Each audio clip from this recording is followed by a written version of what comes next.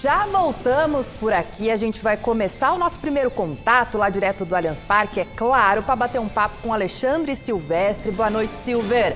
Chega aqui mais para trazer mais as suas primeiras informações aí desse clássico do Verdão. Tudo bom? Tá frio aí? Tá frio sim, Marina. Beijão para todo mundo. Miller, amigos, amigas, inimigos, simpatizantes. Hoje é jogo aqui no Allianz Parque para 40 mil pessoas. Já estamos chegando perto dessa venda antecipada. Vou pedir para a minha equipe dar um giro com a câmera aqui. Melchior Brito e Renato Alves mostrando o entorno da Casa Palestrina, Rua Palestra Itália. Teremos casa cheia para esse derby. Parte da festa lá dentro foi proibida pela Polícia Militar, depois eu explico para vocês, mas teremos mesmo assim um grande evento nas arquibancadas do estádio do Palmeiras para esse jogaço. Palmeiras jogando pela vice-liderança do Campeonato Brasileiro. Se o Corinthians é o vice-lanterna, Palmeiras precisa ganhar para pular na tabela e colar de novo no Flamengo, que ficaria, em caso de vitória do Palmeiras, ainda com um ponto na frente na liderança do Brasileirão 2024. Abel Ferreira tem desfalques, além dos jogadores que estão a serviço das seleções na Copa América. O Aníbal Moreno tomou o terceiro cartão amarelo. O Rony também está suspenso pelo terceiro amarelinho. E o Murilo com dores no tornozelo é dúvida. Já já a gente tenta desvendar o mistério da escalação do Palmeiras. Marina. Valeu, Silver. A galera atrás de você aí já, né, falando um placar aí, 4-0, 3-0. Mas antes da gente falar sobre isso, vamos para o outro repórter, para o outro lado, porque dentro do Allianz Parque a gente vai acionar o Thiago Salazar com as novidades do Corinthians. Boa noite, Salazar. O que você traz para a gente? Boa noite, Marina, para você, para todo mundo que está acompanhando o Gazeta Esportivo, uma segunda-feira especial de derby. Vou pedir para o Silvio Procópio mostrar para vocês o primeiro panorama aqui do Allianz Parque, casa desse clássico da 13ª rodada do Campeonato Brasileiro. Bola rola às 8 horas da noite, a imprensa está chegando, o pessoal arrumando todo ali o campo de jogo para Palmeiras e Corinthians. Jogo importantíssimo para o Corinthians, jogo importantíssimo também para Antônio Oliveira. Antônio Oliveira corre sim risco de sair daqui do Allianz Parque demitido, dependendo do que acontecer no gramado sintético aqui da Casa Palmeirense. Vamos dar uma olhada no retrospecto do Antônio até aqui no comando do Corinthians. 28 jogos até agora, ele chegou em fevereiro, foram 28 jogos, 12 vitórias, 9 empates, 7 derrotas, um aproveitamento que não chega nem aos 38%. Corinthians não vence nenhum jogo a 6 partidas, não vence no Brasileirão há 8 rodadas, tem só uma vitória em 12 jogos no Campeonato Brasileiro, é o penúltimo colocado e para terminar essa rodada fora da zona do rebaixamento, precisa vencer aqui. Então é essa, o Antônio Oliveira de fato está pressionado, o Corinthians aguarda o que vai acontecer no jogo, mas já desde a semana passada está sondando o mercado e uma informação para vocês é de que o Corinthians se interessa e gosta do nome de Cuca. A alta cúpula do Corinthians, Augusto e seus pares, gostam da ideia de contratar Cuca ou Fábio Carille. São dois nomes que agradam a cúpula corintiana e a tendência é que se Antônio Oliveira realmente acabar sendo demitido nos próximos dias ou até mesmo hoje, não sabemos, o Corinthians muito provavelmente vai para cima de Cuca e Fábio Carille. Marina. Muito obrigada, Salazar. Daqui a pouquinho a gente aciona você de novo por aí para a gente trazer mais informações. Olha, opostos, né, Miller? É isso, assim, são dois opostos e, assim, queria saber de vocês, né, Antônio Oliveira?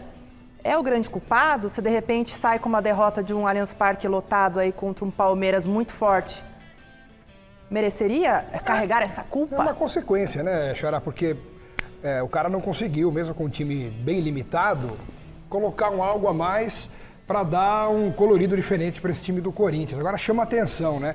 Faltando 1 hora e pouco para o derby começar, a notícia do Corinthians não é qual vai ser a escalação, qual é o esquema tático, já é pensando no substituto do técnico que está prestes a entrar em campo num derby. É um negócio surreal o que está acontecendo com o Corinthians, é uma bizarrice atrás da outra, né? Na semana passada, dos 5 dias, 3, o assunto era polícia, não era nem programa esportivo, era programa policial, quando a gente falava do Corinthians, e agora para começar um jogo contra o Palmeiras, o assunto não é o time, o assunto é quem vai substituir o treinador antes da bola rolar, Xará. O Corinthians está vivendo talvez um dos piores momentos da sua história. Mas sabe o que acontece, Xará, Marina? O Corinthians, no passado, quando estava numa fase ruim, tinha jogadores bons decisivos. Hoje não tem, né? Diferente. O time está na fase ruim e não tem jogadores decisivos. E outra coisa, o treinador, ele não pode hoje entrar e querer medir força com o Palmeiras. Senão ele leva um sacode, é uma goleada mesmo. Porque o Palmeiras está numa grande fase, é um candidato a título do Campeonato Brasileiro. Então o favoritismo no Palmeiras é inevitável. Não tem jeito de você falar que o Corinthians, em clássico, pode superar as suas limitações. É quase que impossível, porque o Palmeiras, lá no Allianz Parque, naquela grama sintética, Marina, ele faz prevalecer a sua força, né? Não só na torcida, mas na prática mesmo, do seu potencial. Então eu acredito que o Palmeiras vença hoje, não com muita dificuldade não, até porque o Palmeiras gosta desse tipo de jogo, de clássico, e os jogadores já estão acostumados com grandes jogos. E aí, já que você falou, né, que você acha que o Palmeiras vai vencer, aquela coisa toda, então a gente vai pra quê? Pro palpitômetro, gente, porque é isso que a gente gosta de fazer aqui, né? Vamos palpitar aqui, vamos saber qual é a real. Eu quero real ver, placar. Marinho, eu quero ver qual foi o palpite do Silvestre. O Silvestre, se eu não me engano, vai ser um dos últimos aqui a falar, então você vai viver essa expectativa, tá? Quem será que vai vencer o duelo do Allianz Parque hoje? Quem vai começar primeiro, então? Ao contrário do que você quer? É Thiago Salazar. Salazar, qual o seu placar para hoje, Palmeiras e Corinthians, 8 horas da noite aí no Allianz Parque? Olha, Marina, tudo pode acontecer no Corinthians e Palmeiras, né? A gente viu o que aconteceu no Campeonato Paulista, mas eu vou dar aqui um placar racional, de acordo com a fase atual aí dos dois times. Para mim, Palmeiras leva hoje aqui por 2-0. Muito bem, então, Salazar aí todo racional falando do 2-0 aí pro Palmeiras. E agora, Miller, você tá com ele pelo jeito também ali, pensando, não? Sim, eu coloquei o placar junto, igual o Salazar, 2-0 Palmeiras, e isso se não for mais, hein, Marina. Michele tá de exatamente. férias, não vai ficar acionando ela. Tudo bem. O que acontece? Como já foi dito, né, por todos nós, o Palmeiras vive uma grande fase e tem muito mais time que o Corinthians. Então, pra mim, 2-0. Muito bom. Agora vamos com quem, então? Alex Miller, né? Quero saber a sua opinião também. Vai com o coração ou com a razão? Não, aqui, na hora de opinar, na hora de dar uma opinião sobre o jogo, essas coisas não tem coração. Eu falo que eu torço mesmo, mas na hora de você analisar, você tem que saber diferenciar as coisas. Né? Torcer não é distorcer, como diria um grande amigo meu. Então, analisando todas as nuances desse clássico, é evidente, né? Falei ontem, inclusive no Mesa Redonda, só um tonto para não achar que o Palmeiras é o grande favorito pro jogo. Né? O Corinthians pode ganhar? Pode, porque é futebol. Mas no palpite, você tem que palpitar aquilo que você acha que é a tendência. E a tendência é o Palmeiras vencer. Só que o meu placar é um pouco mais modesto, porque eu conheço também um pouquinho o Palmeiras. Ele adora dar uma ressuscitada em alguns. Então acho que vai ser 2-1 pro Palmeiras. E você não vai acreditar, esse é o meu placar também. Jura? 2-1 também acho que esse vai ser o placar do Palmeiras e Corinthians. E por último, agora sim, placar de Alexandre Silvestre. Vai querer causar, será ou não? E aí, razão ou emoção? Não tem. Comigo aqui é sempre razão. A emoção é quando eu tô lá do outro lado do muro. Calma também. Ó, pra mim tá tão na cara, num primeiro momento, tão na cara que o Palmeiras vai ganhar, que é capaz o Corinthians vencer a partida. Porém, eu me lembrei que o Corinthians gastou a cota de milagres do derby no jogo passado, lá em Barueri, quando perdia por 2-0, era para ter tomado uma sova e empatou nos acréscimos 2-2 com o zagueiro jogando no gol. Então o Palmeiras vence 1-0. Flaco Lopes. Ó, deu até o nome o Silver aí, hein? Tá bom, então. 100% Palmeiras, hein? Num clássico você ter 100% de vitória de um time só é porque o negócio está bem definido, né? Pois é, mas o que significa isso, Miller? Nada, porque é só palpite mesmo, Exatamente, né? exatamente. Essa ciência não é exata, que dirá meu palpite. Marina, sabe o que acontece? Diga. As estatísticas, o tabu, os históricos, né, desse clássico não entram em campo. Ele se dilui quando a bola começa a rolar. Porque são equipes totalmente diferentes, né? Uma é muito boa, a outra está muito ruim. Já vista a tabela do campeonato. Então, o Palmeiras é favoritíssimo mesmo.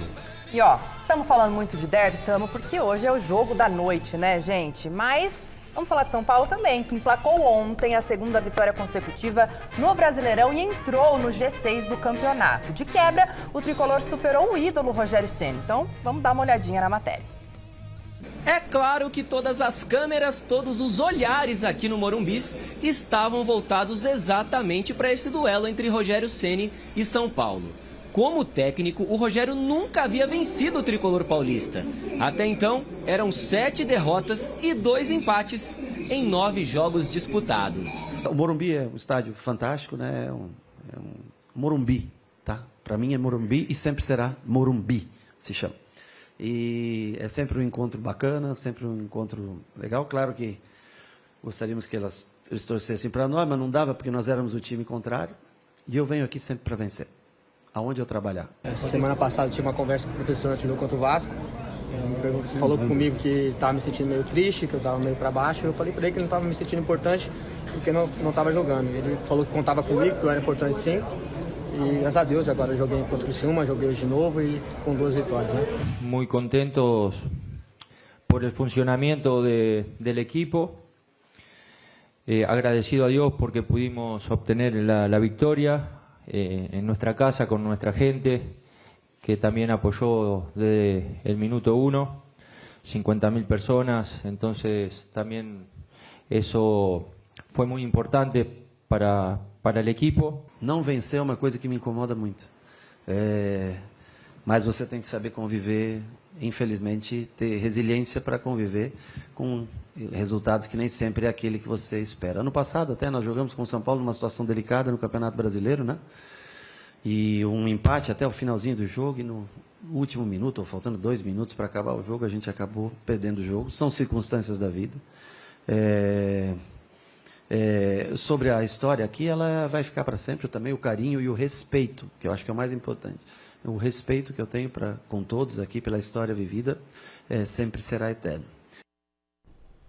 Grande vitória do São Paulo. Miller, eu quero saber de você, foi um dos melhores jogos? Do São Paulo, sim, na temporada. Foi, né? Com certeza. O São Paulo ele teve um equilíbrio, né, o Marina? Tanto no primeiro quanto no segundo tempo, Xará, o São Paulo jogou bem. E o São Paulo venceu por quê? Já no começo, a gente sempre falava isso, né, quando jogava. Olha, jogando em casa, se fizermos o gol logo no início, já facilita bastante. Aí o segundo e o terceiro já vem com mais naturalidade. Foi o que aconteceu. As chances que o São Paulo criou, ele fez. O Bahia foi muito superior ao São Paulo em termos de posse de bola. Mas isso não significa muita coisa dentro de uma partida. O São Paulo não. O São Paulo não teve posse de bola. O São Paulo foi objetivo. Tanto é que um dos gols do São Paulo, foi o terceiro, foi um chutão que o Jandrei deu. E naquele bate-rebate, o Ferreirinha acaba fazendo a jogada individual e resultou no gol do Luciano. Então acho que o São Paulo ontem tem que pegar esse jogo e levar para o restante da temporada. É isso, né? É isso. O São Paulo realmente fez um grande jogo e o que valoriza ainda mais a vitória do São Paulo foi que ele fez esse grande jogo diante, talvez, de uma das equipes mais acertadinhas desse Campeonato Brasileiro. O Bahia está jogando direitinho.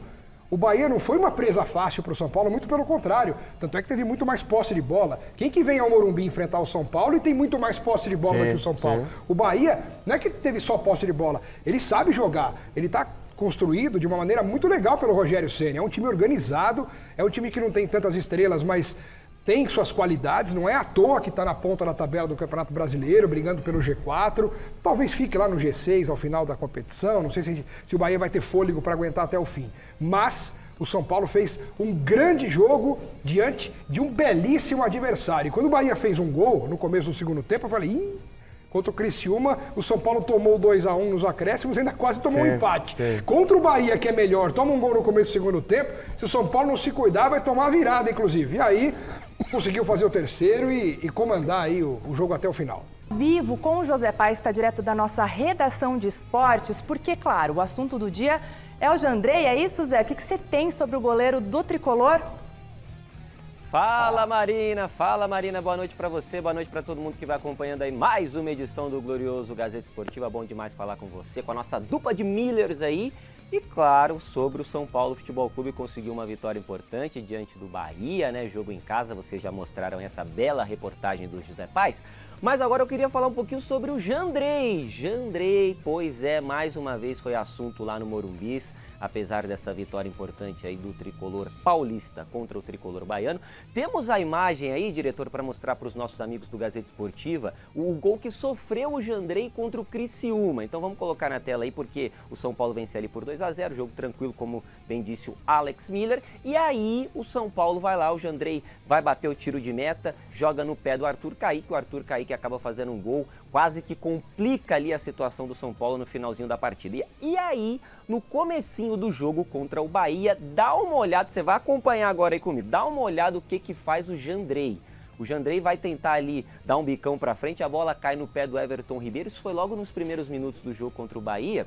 E aí todo mundo já falou, meu Deus do céu, o que vai acontecer hoje? Será que o Jandrei vai errar novamente? Mas calma, ele até fez alguns lances ali, umas saídas de bola um pouquinho complicadas, a torcida ficou um pouquinho ressabiada lá no Morumbis, mas acabou que deu tudo certo. O Jandrei foi muito questionado em relação ao gol que o São Paulo sofre contra o Bahia. Daqui a pouco eu quero a opinião de vocês aí, se ele falhou, se ele não falhou. Agora, de fato, ele foi abraçado sim por boa parte da torcida no final, porque ele faz uma defesa importante, acaba garantindo ali o resultado para o São Paulo. É bem verdade que também parte da torcida acabou criticando, vaiando ali o Jandrei em momentos da partida, até o Alan Franco pediu para a galera ter um pouquinho de calma, para apoiar o jogador do São Paulo. O Rafael tá lá na seleção brasileira, a gente não sabe quando que ele vai voltar, vai depender do desempenho da seleção na Copa América. Então o grupo do São Paulo tá abraçando muito o Jandrei nesse momento que ele precisa ganhar um pouquinho de confiança. A gente sentia que estava faltando essa confiança em alguns momentos no Jandrei nessa partida diante do Bahia. Então vamos conferir aí o que disse Rogério Ceni depois da partida entre São Paulo e Bahia. Rogério conhece um pouquinho de gol do São Paulo, né? Então vamos ver o que o mito tricolor disse sobre esse momento aí do Jandrei no gol são paulino. Pode rodar. Eu não enxergo de maneira inteligente quem põe essa pressão no atleta, por mais que tenha a sua opinião, e eu acho pouco inteligente. Porque não há goleiro no mundo, ou não há atleta no mundo que se sinta seguro se ele for vaiado pelo seu próprio torcedor. Manifestação, opinião, eu acho que isso você pode fazer sempre. Mas é pouco inteligente você fazer isso. Nós notávamos o nervosismo até do próprio Jandrei, que eu sei que é um goleiro capacitado, tem um belíssimo jogo com os pés e acabou errando contra o Criciúma, né? Num tiro de meta. Mas eu acho que se querem a confiança do goleiro, deem a confiança para o goleiro. Senão, vocês não vão extrair isso dele.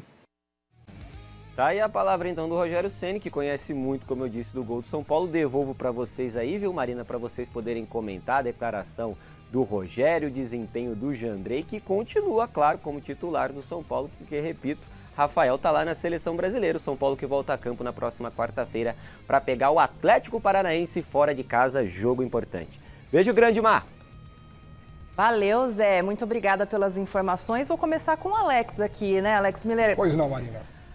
Rogério Ceni, ninguém melhor que ele para falar sobre posição de goleiro do São Paulo. Você concorda com o que ele disse ali? Então, claro, ele é um especialista no assunto e ele também tem toda aquela política de, talvez, medir palavras, não falar tudo o que pensa, tudo o que acha, enfim. Mas a verdade é que o Jandrei, às vezes a gente tem... Eu não gosto muito de conhecer determinados jogadores, porque depois que a gente sabe de como é esse jogador, a gente fica meio que com dó de detonar o cara, né? Porque o Jandrei, pelas informações que a gente tem, é um cara muito bacana, é um cara muito legal, as pessoas gostam muito dele, e do jeito que ele está sofrendo com as críticas da própria torcida, com as vaias, enfim, então eu torço muito para que ele consiga se superar, se não no São Paulo, em outro lugar. Ele já jogou em outros times, foi bem em outros times, não foi à toa que o São Paulo contratou o Jandrei. Então, é que vive aquele momento que não tem aquela firmeza, aquela segurança, aquela confiança. E aí a bola escapa, o chute sai pro lado errado, ele rebate no pé do adversário. Então faz parte do futebol, faz parte da vida de um jogador. Tem que saber superar, Xará, essa fase de falta de confiança trabalhando. Olha, um detalhe, eu estava pensando isso em casa, né, de ontem para hoje, sobre isso. Se você, Xará, Marino, se você for notar, não teve um motivo assim extraordinário para ele ficar com falta de confiança. Até porque o treinador deu confiança para ele. Olha, na ausência do Rafael titular, você vai ser o titular do São Paulo. E ele tem jogado várias partidas até então. Então a falta de confiança veio introspectivamente dele, de dentro dele mesmo. Mas ele falhou, né? Em alguns então, jogos. é aí que eu quero chegar. Quer dizer, os erros, a posição de goleiro ela é cruel nesse ponto. Cruel. Muito. É diferente de um jogador de linha, de um atacante, que erra 5 gols e faz um, e ele tá Sai consagrado. como herói aí, né? Exatamente. Do goleiro, essa lei do goleiro, da bola, não vai mudar, é eterna. Então não tem jeito. Então o Jandrei, ele tá com falta de confiança, tá? Não é de agora. A torcida, Marina, vai apoiar? Claro que vai, porque tá sentindo que ele não tá confiante. E a torcida também não confia nele. Isso, Marina, o jogador não vai falar isso. Mas eu sei que o goleiro, o time, quando olha para trás, não confia no seu goleiro. Então isso aí, ele também sabe. Então, diante de todas essas circunstâncias, o Jandrei ainda continua. Eu acho que ele não vai superar isso. Ele continua inseguro. Pensa bem, um jogo grande. Grande sim, Flamengo, Palmeiras, Atlético Mineiro e Internacional. Quero ver o Jandrei como é que vai se comportar. Eu espero que o Rafael já esteja de volta, porque é difícil para ele. Não é de agora, hein? Já desde o ano passado ele demonstrou essa falta de confiança. E o torcedor, desde o ano passado, já guarda isso do Jandrei, né? E ele nos jogos, desses 3 últimos jogos para cá, ele tem demonstrado essa falta de confiança, falhando em lances assim, corriqueiros, rotineiros de bola, né? Um cruzamento. É da falta de confiança mesmo. Né? Esse cruzamento é a fotografia de que ele está inseguro. Um cruzamento, não tinha ninguém na área do Bahia, ele foi segurar a bola, acabou. Quer dizer, então acho que ele não vai nesse ponto, na minha modesta opinião, ele não vai mudar. Vamos torcer para isso mudar, né, gente? Porque a gente espera que o Rafael fique bastante tempo com a seleção brasileira ali na Copa América. Mas, logo mais tem Santos em campo às 7 da noite contra a Chapecoense, lá na Vila Belmiro. Vamos ver a escalação para o duelo, que já saiu a escalação, hein? Brazão no gol, Aderlan, Gil, Jair e Ferreira na zaga. João Schmidt, Pituca e Juliano no meio. Completando o ataque, a gente tem o Otero, Furque e Wesley Patati. O Peixe é o 6º colocado na Série B com 19 pontos, enquanto a Chape está lá para baixo, gente, na 16ª posição com 14 pontinhos. A gente vê ali, né, que o Santos está com alguns desfalques, o Guilherme está com problema muscular. O maior problema é o Guilherme. Né, Miller? Miller. Eu falo Miller, tem os dois bem. Millers. Vamos conversar aqui. Fazer um jogral aqui. Realmente o Guilherme, né, Alex? Faz falta, né? E me chama a atenção o Wesley Patati, que tem vezes que não vai nem pro banco, que não é levado pra viagem e de repente vira titular. É uma gangorra o Wesley Patati dentro do Santos. Vamos ver, tomara que o menino se dê bem, faça uma boa partida e vá conquistando o seu espaço, porque é um menino novo aí que tem futuro. O Santos, Marina, Xará, tem que acordar pro campeonato. Mostrar quem é o Santos, pelo né? amor de Deus, pô.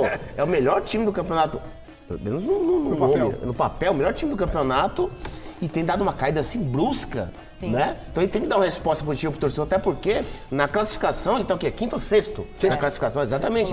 É uma posição vergonhosa pro Santos. Até pelo investimento que o Marcelo Teixeira fez, contratando grandes jogadores de time grande, então acho que é impossível, não dá para admitir, Marina, o Santos na posição de 6º colocado na Série B do Campeonato Brasileiro. Até porque é o único campeonato que o Santos vai disputar no segundo semestre. E falar uma coisa para vocês, né? A gente viu a informação do Thiago Salazar, que ali o Antônio Oliveira tá balançando, caso perca ou não. Carille é um dos nomes. Inclusive, a gente tem informação que Carille também está balançando no cargo do Santos. Então, essa dança das cadeiras. Ao mesmo tempo que ele tá balançando lá, ele é cogitado aqui. Ele é cogitado aqui, quer dizer, então... o Mano Menezes hoje, né? Assumiu o Fluminense. Assumiu o Fluminense, pô. Pois é, gente. Vai o Mano Menezes indo aí pro Fluminense, que tá o quê? Na lanterna, né, gente? O derby a gente já vai falar mais um pouquinho. O derby é óbvio. O Corinthians também tentando sair dessa situação. Alexandre Silvestre está aqui de volta para nossa tela com a provável escalação do Verdão para o jogo de hoje. Como que o Abel, ô Silver, vai resolver esse problema aí com os desfalques? Conta pra gente. Enquanto isso, a torcida do Palmeiras aqui mandando homenagens aos corintianos, como você pode imaginar. O Abel Ferreira já não tem jogadores que estão na Copa América. O Richard Rios, que está com a colombiana. O Gustavo Gomes com a Paraguaia já eliminada, mas não voltaria a tempo, talvez nem para o jogo de quinta-feira. Palmeiras tem ainda o Aníbal, que está suspenso, jogador que fica de fora. E tem mais um aí, só que os caras estão falando tanto palavrão que eu esqueci que é o quarto desfalque do Palmeiras hoje. Mas ó, um provável, um possível, digamos assim, um possível, o Rony também está suspenso. Vamos ao possível Palmeiras para hoje, com o Everton no gol. Campinho tá mostrando o Mike na direita, mas eu desconfio que vai jogar o Marcos Rocha para proteger mais o lado direito da defesa. O Naves na zaga, o Murilo é dúvida com dores, o Piquerez na esquerda. No meio-campo, o Fabinho deve começar jogando como primeiro volante, com o Zé Rafael Veiga, o Estevão numa beirada, o Flaco Lopes de centroavante e o Gabriel Menino fechando essa provável ou possível escalação do Palmeiras, que pode ainda ter de repente o Menino entrando na lateral esquerda, o Vanderlan com o Piquerez fechando um pouco mais por dentro para ajudar na defesa. Isso se o Murilo não puder jogar, vale o mesmo pro Marcos Rocha do lado direito. Palpite do torcedor, a torcida está bem motivada com essa possibilidade de goleada devido à diferença nesse momento de Palmeiras para Corinthians, mas futebol se resolve dentro de campo. E nas arquibancadas eu falava de uma grande festa que a Mancha Verde estava preparando, com ampliações de manchetes e capas de jornais da história do derby, e em jogos, obviamente, em que o Palmeiras ganhou e ganhou bem do Corinthians, ou foi campeão. Só que a Polícia Militar barrou mais ou menos 70% dessas capas gigantes, inclusive de Gazeta Esportiva, de outros jornais importantes, porque temos aí esse problema de violência, se bem que não tem nem torcida visitante aqui, mas a polícia barrou cerca de 20 capas gigantes ampliadas que a torcida ia colocar nas arquibancadas, restaram 10 mais leves, só que eu quero lembrar que são recortes gigantes ampliados de jornais, ou seja, a imprensa que publicou. E a segurança pública achou melhor não permitir que algumas capas de jornais e manchetes ficassem expostas nas arquibancadas do Allianz Parque. É o sinal dos tempos. Ô Silvio, eu queria te dar os parabéns por conseguir passar a escalação com essa barulheira atrás de você. Parabéns, tá? Porque não é fácil, não. Não é uma simples barulheira, né? Não é uma simples barulheira, não. Não é um trem passando, não é um trânsito. Não é, né? Ô, Alex, eu queria que você comentasse essa provável escalação que o Silver passou. Deve ser mais ou menos isso mesmo, né? Não vai fugir muito disso, não. O Fabinho vai jogar no lugar do Aníbal Moreno, é a opção que ele tem, a melhor opção que ele tem. É um menino muito bom, de qualidade, eu gosto muito do Fabinho. Acho até pouco aproveitado pelo Abel Ferreira, poderia ser mais útil ainda para o Palmeiras. Me preocupa um pouco o Gabriel Menino, sabe? O Gabriel Menino é muito instável, ainda mais jogando numa posição que não é a dele, ele de ponta esquerda, é um negócio meio esquisito. Por mais que taticamente ele tenha liberdade de repente enganar a marcação, vir para o meio. Mas ele atuou bem, né? Em alguns jogos sim, em outros nada. No último, então, foi péssimo. No último. Então, não sei, se for o Gabriel Menino inspirado, vai ajudar. Se for o Gabriel Menino do último jogo, é um a menos. E eu fico preocupado com isso. O Rony, para muitos, é um alívio que não vai jogar. Eu não penso assim, acho que o Rony é chato pra caramba pra defesa adversária. Ele não tem tecnicamente muita qualidade, mas ele incomoda, ele faz seus gols também. Ele é um cara que faz uma função tática importantíssima. Mas em cima do que o Abel tem hoje em relação ao elenco, é mais ou menos isso que tem pra fazer, né, Xará? Ele entra no tradicional 4-4-2. O Gabriel Menino não é um jogador de beirada. Ele é um jogador de meio, volante, quer dizer, ele entra praticamente com 3 volantes ali e dá uma liberdade pro Rafael Veiga, né, sustentar o Flaco Lopes e o Estevão, que na individualidade está numa fase excelente, que nós conhecemos já.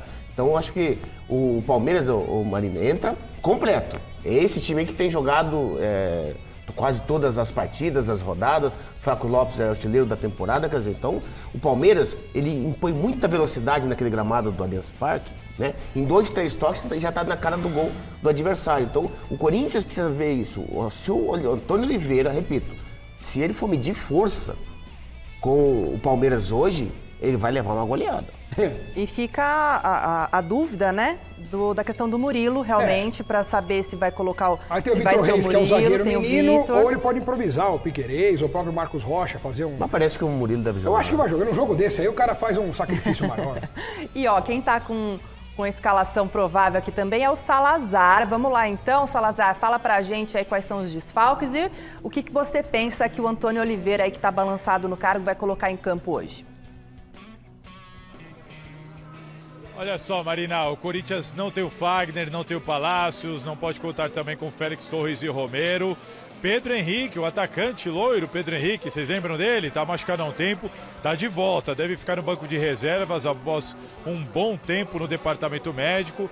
E o Corinthians deve ir a campo dessa maneira, dá uma olhadinha aí, ó. Matheus Donelli no gol, linha de zaga com Léo Maná, Kaká, Gustavo Henrique de volta e Hugo. No meio de campo com Ranieri, Bidon, Coronado e Garro. Lá na frente, Yuri Alberto e Pedro Raul. É isso mesmo, vamos ver se essa escalação vai se confirmar, mas a informação é que ontem o Wesley treinou no banco de reservas e o Antônio Oliveira testou esse time com 2 centroavantes. Aliás, o Corinthians já chegou aqui ao Allianz Parque e, por enquanto, a gente consegue ver aqui um pessoal da comissão técnica do gramado e, de repente, apareceu o Wesley. Só o Wesley dos jogadores apareceu aqui no gramado. Acho que é um sintoma de que realmente ele deve começar no banco de reservas, Marina. Valeu, Salazar. Confesso que essa informação me pega um pouco de surpresa, Miller. Wesley, um dos melhores jogadores aí do Corinthians, né? Principalmente pelas características dele ali. Você acha uma boa, de repente, se for essa escalação mesmo, ele começar no banco? Absolutamente. Brincadeira. O Wesley não é diante desse time do Corinthians. O Wesley lá na frente, ele é o melhor jogador do ataque. Então, Por quê? Porque ele tem aquela qualidade específica, na individualidade. Se ele coloca Pedro Raul e o Yuri Alberto, um vai atrapalhar o outro, até porque eles não têm individualidade. São jogadores que precisam ser alimentados, né? A bola precisa chegar com qualidade na área. Lógico, bola alta, Pedro Raul e Yuri Alberto, eles são bons, mas aí, quer dizer, esse é o problema. Vai chegar essa bola, tirando bola parada, vai chegar essa bola lá? É difícil, porque o Palmeiras marca também muito bem, até no campo do adversário. Então, tirar o Wesley para colocar 2 jogadores com características parecidas é um suicídio. Eu não abriria mão do Wesley, mesmo colocando os 2. Deixa o Wesley lá, porque o Wesley ele pode, como se diz no dia de hoje, né, Xará? Quebrar uma linha do Palmeiras que é muito forte, quer dizer, então acho que ele vai. Isso aí significa, sabe, Xará? Que o treinador tá perdido. Exatamente. Eu estranharia, muito estranho essa probabilidade aí de o time do Corinthians, com os jogadores que compõem o elenco de hoje, não contar com o Wesley como titular. Ou ele tá com algum problema médico e que ninguém falou. É a única coisa que eu né, algum penso. problema físico, alguma dor de última hora. É uma outra coisa. É uma outra coisa. Agora, se for opção do Portuga, aí me desculpa, mas ele tá pedindo para ir embora mesmo, né? E outra coisa, Xará, para você ver. Vamos supor que o Wesley não tenha, Marina, condições de jogo. Aconteceu alguma coisa, etc. Porque hoje, qualquer coisa, o jogador tem uma gripe, vai fora do jogo, nunca vi isso.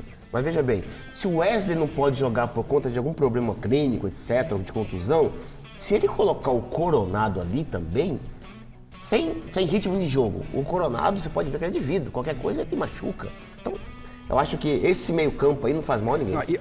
E esses dois aqui, ó, o Yuri Alberto e o Pedro Raul, jogando juntos, um vai atrapalhar o outro. Eu acabei de falar isso aí. Um vai atrapalhar o outro, um vai ocupar a posição do outro, porque eles gostam de jogar nesse setor. Se tem... É igual colocar 2 goleiros, Xará, não combina. Se botar 2 postes ali, não tem jeito. Porque automaticamente, ele já jogou assim com o Pedro Raul mais centralizado, porque ele não tem velocidade, e o Yuri Alberto mais aberto. Mas não é a dele também. Só que o Yuri Alberto mais aberto, ele vai ser obrigado a quê? Acompanhar o Mike até o vestiário, acompanhar o lateral esquerdo, que é o Piquerez, que apoia muito. Não dá, ele vai, com 30 minutos de jogo, ele vai ter que pedir pra sair, porque tá cansado, quer dizer, então acho que se ele colocar esse time aí, como eu falei, é um suicídio, ele vai levar uma goleada. E o que dá uma sensação também, Xará, pode ser que 2 centroavantes, enfim, seja uma aposta em chuveirinho, em chutão na área, e coisa assim. Lembra que eu te falei? Bola parada? Lógico, a bola parada ela vai subir. Vai ter que chuveirar a bola, né? Aquela coisa toda, tá? Mas eu acho que é pouca coisa, é limitar muito o time para uma bola só. E vai faltar alguém para cruzar para os caras, que seria o Wesley. Exatamente. O time, independente do potencial do Palmeiras, ô Marina, você não pode limitar a sua equipe assim. Ah, não, pera aí, vamos jogar depender de uma bola só, porque o Pedro Raul tem 1,90 m e o Roberto tem 1,90 m. Isso não dá. Isso é pensar muito pequeno. E vocês acham que Mateuzinho realmente perdeu ali a posição na lateral direita, né? O Mateuzinho foi uma... Não sei como o Xará pensa, mas pra mim foi uma contratação... Equivocada. O Corinthians sente muita falta realmente do Fagner.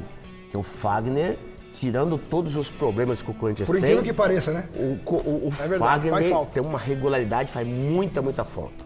E tem informações aí de que ele estaria iniciando um processo de renovação com o Corinthians. Vamos continuar falando de derby aqui, né? Vamos voltar a ter contato aqui com o Silver. Silver, volta pra cá, que tá ali no Allianz Parque, porque hoje tem clássico, a gente quer saber, né, de tudo, mas o mercado da bola continua acontecendo. Afinal, a janela abre no dia 10 de julho, então eu quero saber, trazer você pra conversa.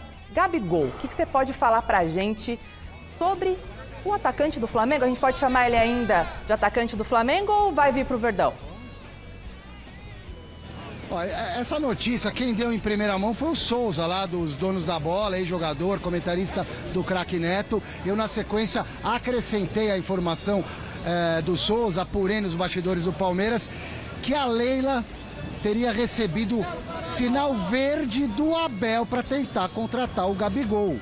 Então, se vai contratar, é uma outra história, até porque tem muita gente querendo o Gabigol, como, por exemplo, o Santos, que tem um plano de marketing, o Corinthians, que de novo volta à baila, tem esse papo que o Dudu poderia ir para o Flamengo e o Gabigol vir para o Palmeiras, mas aí eu não vou meter o meu bedelho onde eu não fui chamado e onde eu não tenho conhecimento. Mas existe sim a possibilidade. Vou começar com o torcedor aqui, ó. Você gostaria de ver o Gabigol no Palmeiras? Não. Por quê? Ah, não, muito barrento, não rola. E outra, vai estragar o grupo. Gabigol não. O Abel disse pra Leila que garante o ambiente no vestiário com o Gabigol. Se o Abel se o Abel falou, tá falado, filho. Ele manda tudo lá. Você quer o Gabigol? Eu quero. Eu não gostaria, eu acho que ele vai estragar o ambiente. Não é jogador para o clube. E Miller, um abraço. Nós estivemos juntos lá no Solares ano passado, no almoço das Estrelas de Iperó. Um abraço, adoro você. Alex Miller, um abraço do Ademir. Ademir, em homenagem ao Ademir da Guia, meu nome, entendeu? E ele sabe disso. No Palmeiras não tem bagunça que nem no Flamengo, não. Aqui ele não pinta em borda, não. Aqui ele vai ter respeito. Pode vir, Gabigol, você é nosso. Aqui tem dinheiro pra pagar o salário. Pode vir, Gabigol. 4-0. Gabigol é nosso. Abel Ferreira quer você. Manuel é ouvinte, não é telespectador assíduo da nossa programação esportiva na Gazeta. Com certeza. Tá velha guarda. Muito obrigado pelo carinho, hein? Valeu, cara. E hoje vai ser quanto? 2-0 Palmeiras. Porque o Verdão nunca irá se igualar. Não pode, hein? Como foi jogado inteiro, todos eles correram. Não tiveram força legal para nos enfrentar. E aí, Chico, boa noite, tudo bem? Meu, o clima lá no Parque São Jorge tá maravilhoso, hein? Tá gostosinho. Ó, hoje menos de 4 eu nem comemoro. E vocês vai ser bi da Série B. É o que vocês merecem. Raça imunda. É a rivalidade do derby, gente. O Corinthians vai jogar a Série B.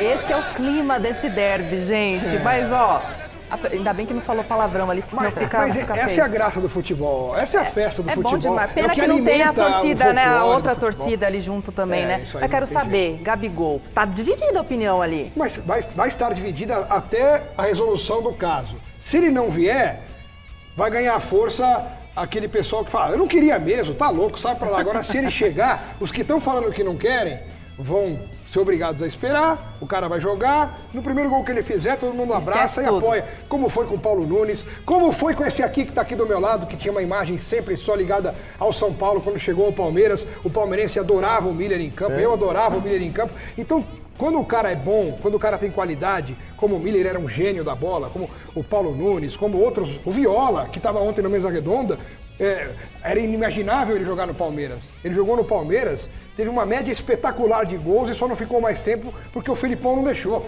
E ele não queria ir embora, porque estava bem no Palmeiras, só que aí deu problema. Então, grandes jogadores conseguem enfrentar a rejeição e garantir e apostar no próprio taco e vencer dentro de um clube que até então era rival. Não era assim, Xará? Olha, Xará, Marina, se o Flamengo liberar o Gabigol agora, 10 de julho, a partir de hoje, né? Sim. A partir de hoje pode assinar pré-contrato já, né?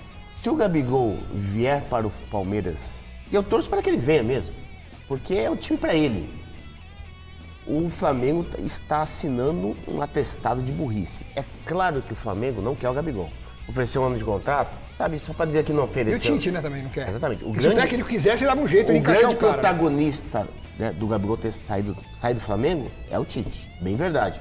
Então, o Gabigol no Palmeiras, ele vai fazer 50 gols na temporada e contra o Flamengo. Aí, gente, opinião forte aqui do Miller. E eu vou pedir também para o Salazar voltar para cá na nossa telinha. Tá lá também no Allianz Parque, porque bastidores é algo que não falta no Corinthians, né, Salazar? Volta aqui então e fala pra gente o que tá bombando agora, nesse horário. Que horas são? 6h52, o que tá sendo assunto no Corinthians? Porque cada momento muda. Exatamente isso, né? Você sabe que a notícia é uma agora, depois do jogo já é outra notícia. Vamos lá, vou tentar passar um resumo pra vocês, tá? Primeiro, vocês comentaram do Fagner. Essa diretoria que assumiu agora na virada do ano não tinha intenção de contar com o Fagner. O contrato dele termina no final desse ano, mas a carência e a dificuldade de adaptação do Mateuzinho tem feito a diretoria do Corinthians repensar. E o que dá para falar é que agora eles estão discutindo sim uma renovação de contrato do Fagner, que tem 35 anos de idade. E se tudo caminhar como está caminhando, o Fagner deve renovar com o Corinthians, atenção, por 2 anos. Não é por mais um ano, não. Por 2 anos. Ele tem contrato até o final de 2024. Além do Fagner, o Corinthians tem interesse no Alex Santana, volante do Atlético Paranaense, de 29 anos, e também no Brian Rodrigues, que está lá, jogando Copa América, defendendo o Uruguai e pertence ao América do México. Os dois têm contratos com suas respectivas equipes. O Corinthians tem interesse, consultou e ofereceu proposta. E a devolutiva foi negativa dos dois clubes. O América do México e o Atlético Paranaense entendem que o Corinthians vai precisar subir as propostas se quiser tirar os jogadores dos clubes e trazer agora na janela de julho. E para fechar, o Corinthians anunciou agora de maneira oficial a assinatura do contrato com a Liga Forte União, a LFU, para os direitos de transmissão do Campeonato Brasileiro da Série A. Importante, hein? Que o Corinthians tem que permanecer na Série A, né? Se isso se confirmar, o Corinthians tem um contrato já firmado com a LFU para direito de transmissão do Brasileirão de 2025 até 2029. O Corinthians ainda não tem garantias de quanto vai receber com esse contrato, mas estima que vai ser algo na casa dos 220 milhões por ano, além de um empréstimo que o clube vai pegar aí com a XP de 150 milhões. Um assunto mais complexo que eu trago aí durante a semana. A gente explica tintim por tintim para o torcedor corintiano. Tá certo, Marina? É isso, eu fecho daqui minha entrada sobre o derby, que ó, tá chegando, é 8 horas da noite. Silvinho Porocópio vai mostrar para vocês aqui o campo e a preparação da torcida para vocês entrarem no clima nesse final de Gazeta Esportiva, Má. Tá, então, começando os preparativos. Começando não, preparativos de jogos assim, né, gente? Ó, a torcida já tá fazendo há muito tempo.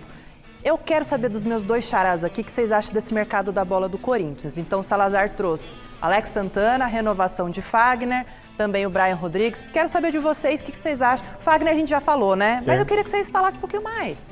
Fagner realmente é o Fagner é um bom jogador, aninhos. O Fagner é um bom lateral direito, o auge dele já foi, né? E eu sempre achei o Fagner tecnicamente um ótimo lateral, de nível de seleção brasileira sim, e que pese o fato de muita gente não concordar comigo, mas não tem problema. Eu sempre gostei do Fagner como jogador. O que eu nunca gostei do Fagner foi da violência que ele sempre aplicou em vários momentos e a anuência da arbitragem de deixar o Fagner machucar os adversários sem que ele seja punido. Ele tem muito pouca expulsão na carreira pelo que ele já fez com os adversários, mas tecnicamente ele é muito bom. E pela carência que o Corinthians tem hoje no elenco, acaba sendo uma solução importante para um cara que já é identificado com o clube. Renovar o contrato seria meio que uma bola de segurança em vez de arriscar um novo Mateuzinho da vida no mercado, Xará. Olha, esses nomes, Marina, eu gostei. O jogador do Atlético Paranaense e o Max Rodrigues, bons jogadores. Só que, infelizmente, eu acho que não vem. Igual o Salazar trouxe pra gente, né? O Corinthians fez pedidas abaixo, mas aquela barganha, né, gente? Tenta chegar no valor ali. Chegar até lá. Exato. Mas beleza. Mas tem que ser assertivo, porque no início do ano, o mercado do Corinthians, a gente tá vendo que não foi tão bom assim. Esse garoto né? do Atlético Paranaense é bom jogador. É bom jogador. Agora, eu não sei qual seria o poder de barganha atual do Corinthians e tirar o cara do Atlético Paranaense, que é importante, e convencê-lo a jogar num clube que tá numa confusão danada, embora seja Tá seguro no Atlético Paranaense. Pois é. Né? Ele não está jogando num time de segunda categoria, não está jogando na Série C do Campeonato Brasileiro. Ele está no Atlético Paranaense, que hoje é muito melhor do que o Corinthians. Ele está aí, né, na época de Botafogo, que foi um dos melhores períodos, inclusive, da carreira dele também. Também acho um ótimo nome. Mas vocês, assim, hoje, se vocês fossem ali Augusto Melo, pelo menos assinassem ali como diretor de futebol, vocês trariam para que posição do Corinthians? Porque o Corinthians está um pouco necessitado. Olha esse Alex Miller. Gente, o Corinthians é um time ruim. Com todo carinho, com todo respeito. Eu não estou zoando, eu não estou tirando sarro de ninguém. Eu estou analisando um time. Os próprios corintianos falam isso por aí e estão desesperados. O Corinthians é um dos piores times dos últimos tempos. Né? Tem algumas apostas que podem dar certo. Né? Tem o Garro e o Coronado que vieram aí, que tem potencial, tecnicamente são bons jogadores, têm bons atributos, mas a gente não tem ainda uma certeza de que são a resolução do Corinthians para os problemas dele. É isso, né, gente? Ó, o programa hoje foi dedicado ao derby. Daqui a pouquinho a gente vai estar ligado nesse jogo. Amanhã trazemos tudo para vocês. Obrigada, meus queridos, pela parceria de hoje. Valeu. Obrigada a você que estava aí do outro lado. E na sequência agora tem Jornal da Gazeta. Beijo.